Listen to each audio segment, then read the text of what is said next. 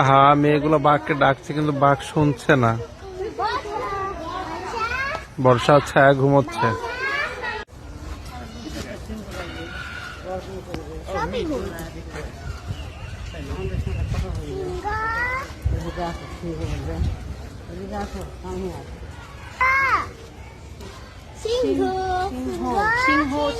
যাক, আমার মেয়েদের ডাকে সিংহ সারা দিয়ে সিংহ মঠে গেছে, কিন্তু খুবই আশ্চর্যজনক একটা ব্যাপার।